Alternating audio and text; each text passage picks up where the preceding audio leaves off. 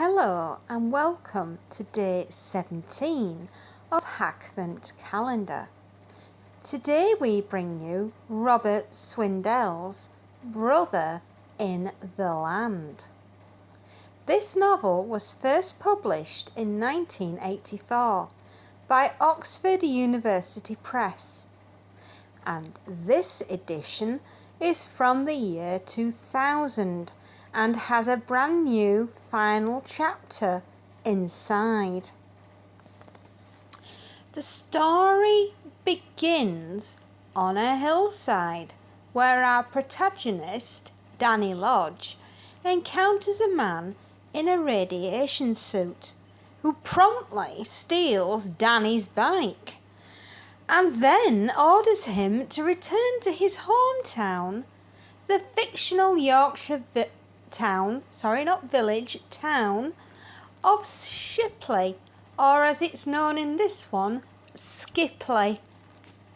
The two aren't connected, one's made up, that's Skipley by the way.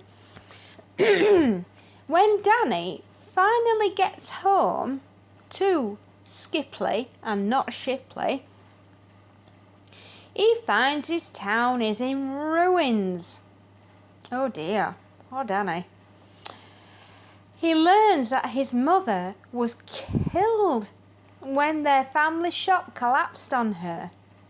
His brother Ben and his father survived, but only because they were in the cellar when the nuclear bomb went off.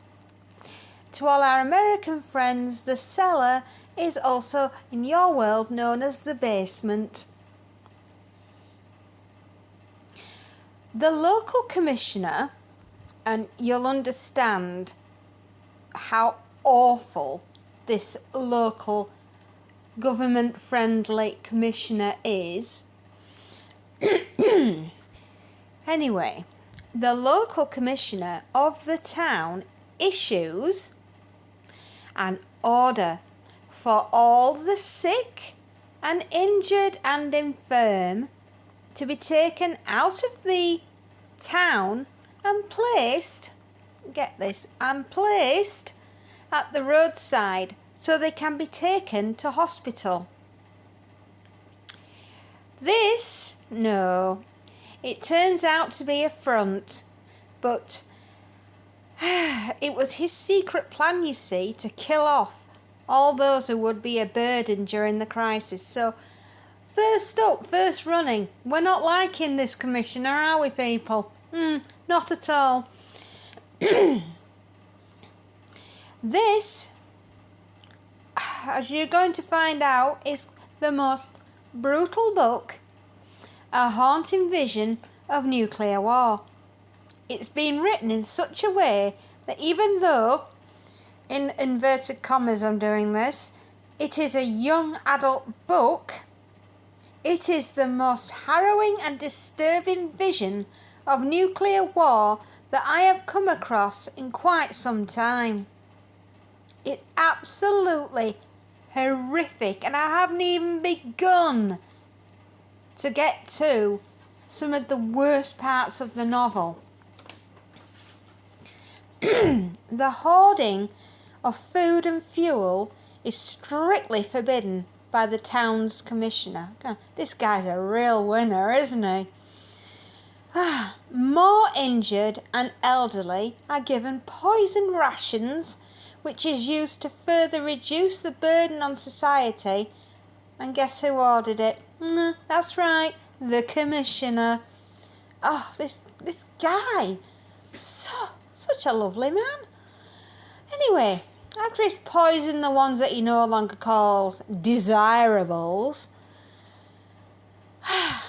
he decides to order issue a warrant for Danny's father's arrest because Danny's father refused to give the commissioner his food stocks from his shop.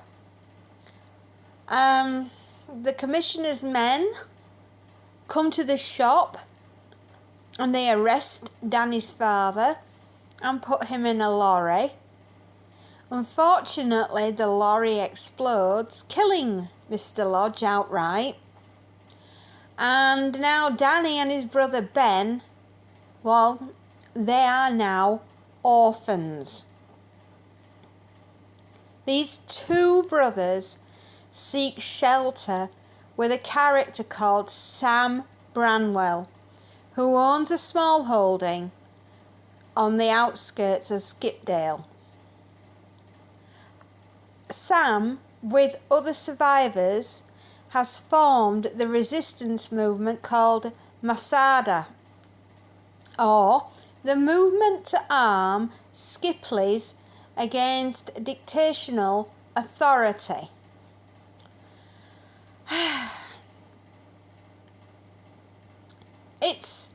It really is quite horrific, and I really didn't want to read you much more of my notes, because I don't want to tell you the entire story. I want you to pick this book up, and even though you've got the outlying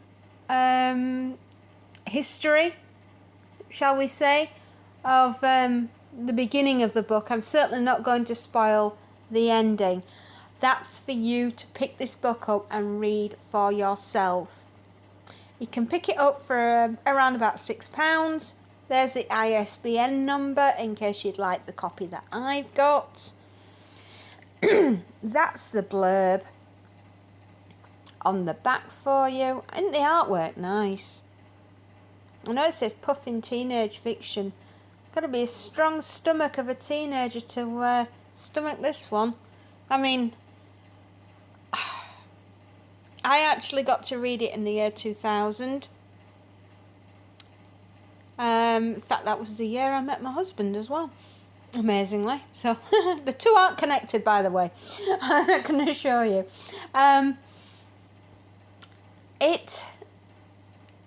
It's such a shocking novel. It's such a shocking book.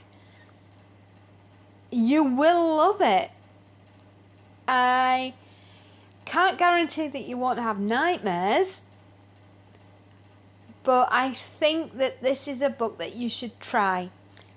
I think this should be in the top 100 books that you should read before you die. And as I always say, happy reading, darlings, and enjoy.